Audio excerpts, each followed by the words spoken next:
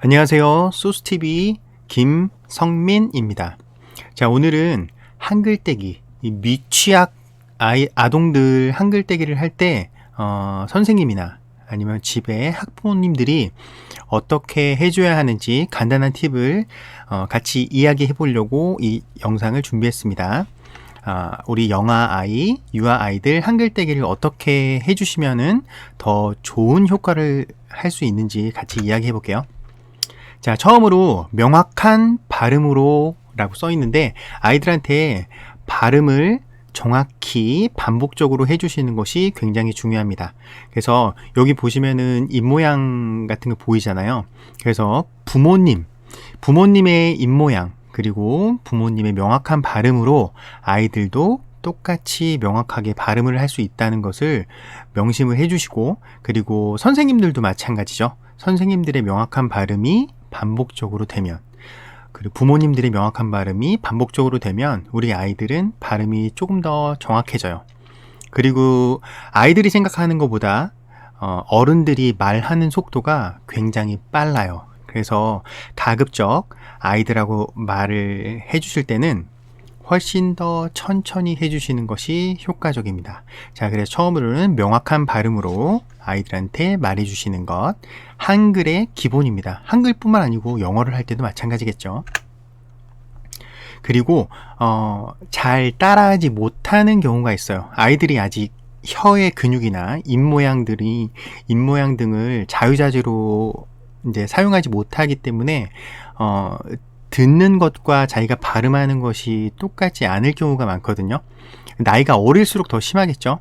근데 지금 이 영상은 보통 6, 7세에 또는 5, 6세에 어느 정도 말을 하는 친구들에 대한 이야기니까 가급적 발음을 해주시고, 잘 따라하지 못할 때는 부모님의 입모양을 이렇게 정확하게 보여주시고, 리을 같은 발음은 혀 모양도 볼 수 있도록 보여주시는 것이 아이들한테 훨씬 더 효과적이에요. 그리고 어떻게 발음하는지 입모양을 한번 보여주시면 아이들이 거의 정확하게 따라 할 수 있다는 것을 보실 수 있을 거예요. 기억하세요. 잘 따라하지 못하는 경우 천천히 입모양을 보여주면서 말하기. 그러면은 한글 떼는데도 훨씬 더 도움이 되겠습니다. 그리고 강세가 있는 것처럼, 그리고 리듬을 넣어서 해주시면 좋고, 유치원이나 어린이집의 선생님들을 보시면은 아이들하고 이야기를 할 때, 아이들을 통솔을 할 때 리듬을 타면서 이야기해 주시는 것들을 많이 보셨을 거예요. 인사를 하더라도 자, 여기 보세요, 차렷, 인사, 이런 식으로 이제 리듬을 타고 강세나 음이 있죠. 이렇게 이야기하면 아이들한테 훨씬 더 정확하게 전달이 되기 때문에 선생님들이 이런 방법을 사용을 하시는 거고요. 여기 이제 리듬을 보시면 뭐 피지컬, 이모셔널, 인터랙츄얼 이렇게 있죠. 근데 여기 보시면은 이제 신체와 인지 부분에 있어서 아이들이 다 이런 것과 연동되어 있다는 것을 알 수가 있죠. 우리나라는 특히나 말에 강세가 없어요. 그래서 유아 아이들이 말이 강세가 없는 말을 쭉 들었을 때 이해도가 훨씬 떨어질 수 있거든요.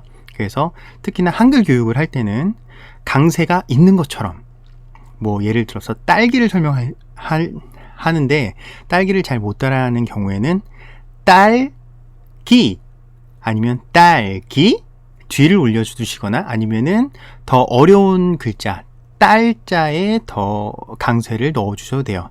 딸기, 이런 식으로 강세가 있는 것처럼 얘기를 해주시면 아이들이 훨씬 더 효과적으로 들을 수 있고, 또 리듬을 타면서 해주시면 훨씬 더 효과적이라는 것을 알 수가 있을 거예요. 그리고 이제 리듬 타는 경우에는 이제 문장을 이야기를 해주실 때 리듬을 타서 읽어주시면은 더 재미있겠죠. 그러면 리듬을 타거나 강세를 타는 것을 꾸준히 보여주시면 아이들한테 이렇게 오른쪽에 있는 그런 얼굴을 보실 수 있을 겁니다. 그래서 정리를 한번 해보겠습니다. 간단하게. 자, 명확한 발음으로 말해줘요.